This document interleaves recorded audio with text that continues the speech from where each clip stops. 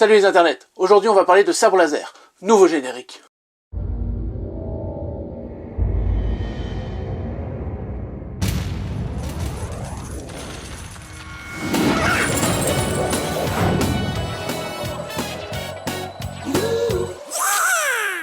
Ça y est, je l'ai enfin commandé.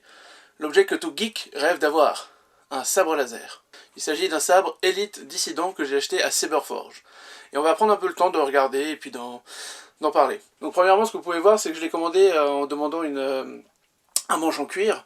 Alors premier petit défaut, c'est que par rapport à ce que j'avais vu sur internet, le manche est beaucoup plus sombre que ce que je pensais, mais voilà, ça c'est pas trop grave. Ceci dit, vous pouvez voir, voilà, un petit peu le souci du détail de ce beau sabre laser.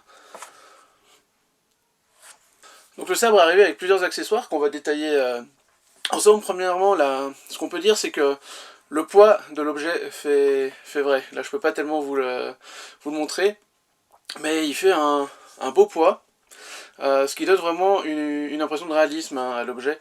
On a vraiment l'impression de tenir un vrai sabre laser entre les mains. Voici donc la lame qui est arrivée avec. Me demandez pas en quoi elle est faite. Par contre, ce que je peux vous dire, c'est que cette lame est extrêmement solide et qu'il est tout à fait possible de se battre avec ce sabre laser, puisque je l'ai déjà fait à de maintes reprises et que je n'ai pas eu de soucis particuliers, hein, donc on peut vraiment y aller. Le petit outil qu'on avait aussi dans la boîte, c'est cette petite clé Allen qui est américaine, hein. Donc voilà, si vous commandez un sabre, pensez bien à la commander avec, puisque c'est un standard qu'on ne trouve pas forcément facilement chez nous. Donc pour monter la lame, il suffit voilà, de dévisser le petit cache qui est là, et d'y mettre ensuite la lame, et de revisser avec la clé Allen pour que la lame soit bien fixée. Donc ça c'est une lame, c'est la moyenne que j'ai prise. On peut commander des lames plus longues et voire plus courtes. Alors je vous laisserai vous faire une idée. Moi comme je les ai pas commandé les deux, je n'ai aucune idée de ce que ça donne. Et vous pouvez les commander avec bout pointu, comme ceci, ou bout arrondi. Alors moi j'avais commandé le bout arrondi, j'ai reçu le bout pointu, donc voilà, comme c'est commandé aux États-Unis, hein, parfois il y a des petites erreurs. Mais bon, c'est pas grave, je vais vite en recommander un. Et puis comme ça sera réglé.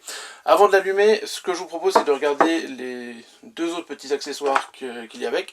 Tout simplement un chargeur pour pouvoir donc charger notre sabre. Puisque oui, il fait donc de la lumière et du bruit, et c'est ce qu'on va tester juste après. Il y a aussi le petit porte-ceinture, donc de quoi pouvoir mettre votre épée à la ceinture, alors pas avec la lame, donc on le regardera tout à l'heure, et pouvoir se balader avec et avoir l'air d'être un Jedi. Voici donc les deux boutons qui sont présents sur mon sabre, ainsi qu'un autre à l'arrière qui lui ne sert à rien, qui est juste là pour la déco. Pour revenir sur ces deux boutons, nous avons ici le bouton principal qui nous permettra d'allumer le sabre et de le contrôler, et nous avons ici un petit, en fait c'est pas vraiment un bouton, c'est un petit guiglet, je sais pas comment l'appeler, que l'on retire pour pouvoir allumer la machine.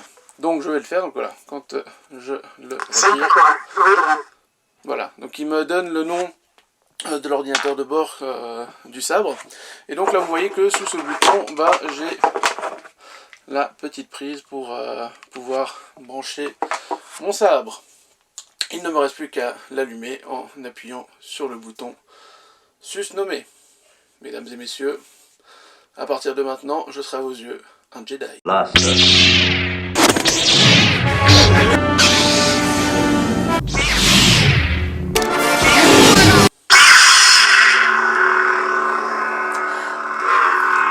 Première chose qu'on remarque, c'est la forte lumière qu'émet le sabre.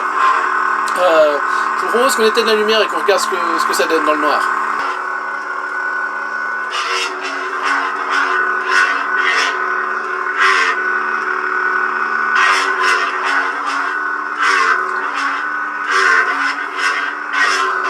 Donc vous voyez quand même la force de la lumière. La force de la lumière.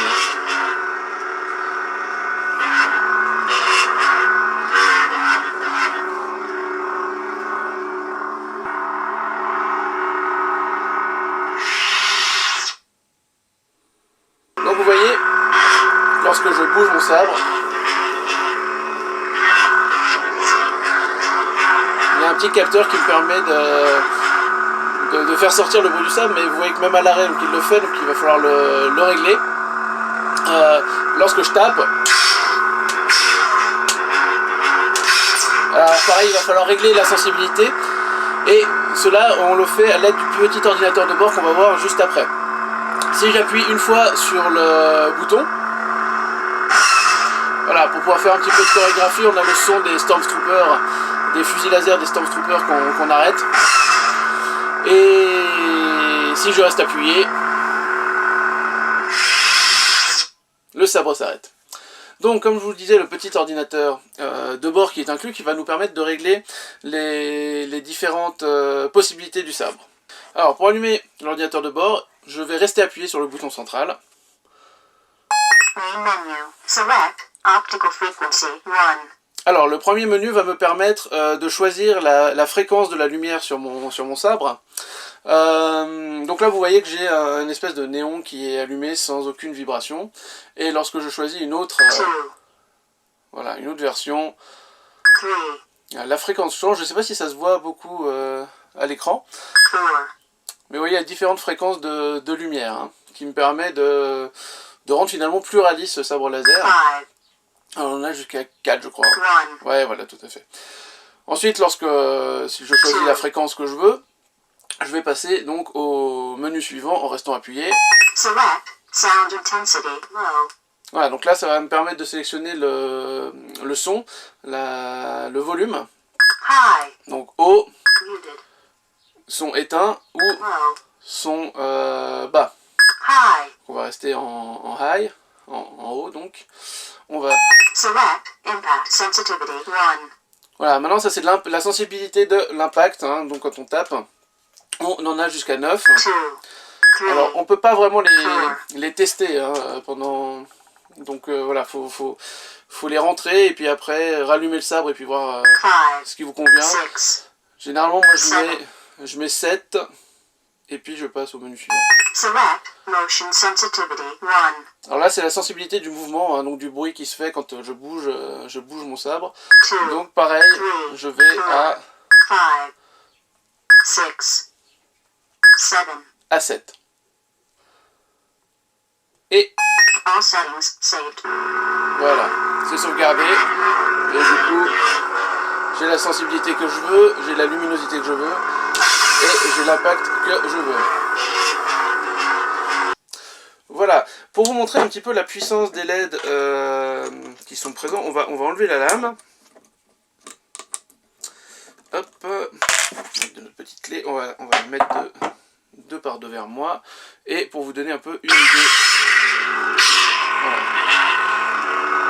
La lumière est mise par la lame. Ce qui est sympa, c'est le petit embout hein, qui est juste là, qu'on peut mettre pour remplacer la lame lorsqu'on veut juste présenter notre sabre.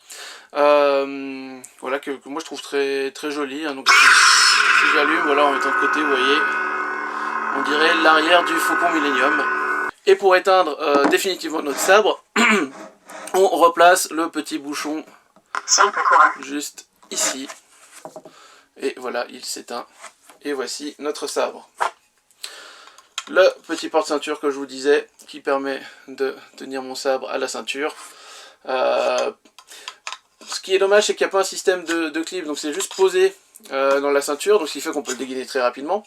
Le petit souci, c'est que voilà, il suffit que je sois dans une position un peu bizarre et puis hop, il tombe assez facilement. Donc ça c'est dommage, mais c'est pas trop grave en soi. C'est bien, c'est même très bien Fanny cette idée, mais ça coûte combien? Le prix de ce sabre laser est d'environ 460$, donc 430 € environ. Le jour où je l'ai reçu un mail de ma femme au travail qui me disait: ton sabre laser est arrivé, il a eu 107 € de frais de douane, à ce soir, ton repas sera dans le micro-ondes. 107 putains d'euros de frais de douane. 25% du prix du sabre.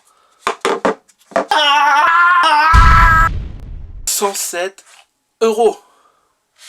Alors j'ai mon cousin qu'on a commandé qui m'a dit que lui c'était beaucoup moins cher si on le commandait en Suisse. Donc voilà, si jamais vous habitez en Suisse, ça vous fera moins cher. Ou faites-le vous livrer chez votre cousin. Je l'ai commandé le 27 décembre, je m'en rappelle, puisque c'était le jour du décès de Carrie Fisher. Et je l'ai reçu le 24 février. Donc ça a mis à peu près 2 mois à arriver. Ce qui est pas trop long finalement. Mon cousin, je crois que lui il avait attendu plus longtemps, environ 6 mois. Alors ce sont des sabres qui sont faits dans l'Oregon, si je ne m'abuse, par des forgerons. On voit donc toute la qualité du travail, hein, je vous le remontre. Hein. Voilà, bon à part le petit lacet là, qui a été vite collé, mais en dehors de ça, c'est vraiment une très belle pièce. Et comme je vous disais, vraiment solide. Donc voilà, là nous sommes sur le site de Saberforge, donc comme vous voyez, il y a des soldes. Il y a plusieurs types de sabres sur la gauche, donc vous avez les sabres d'apprenti, voilà, dont le prix commence à 75 $, et vous avez les prix d'élite, pardon. Alors je vous montre déjà voilà, ceux avec une garde en forme de croix, qui sont déjà plus chers, hein. Et les élites dont sont tirés mon sabre, qui est donc le Dissident, c'est le nom du sabre, rien à voir avec le Raptor. Voilà, c'est le seul qui est en solde, c'est génial, j'aurais mieux fait de l'acheter maintenant.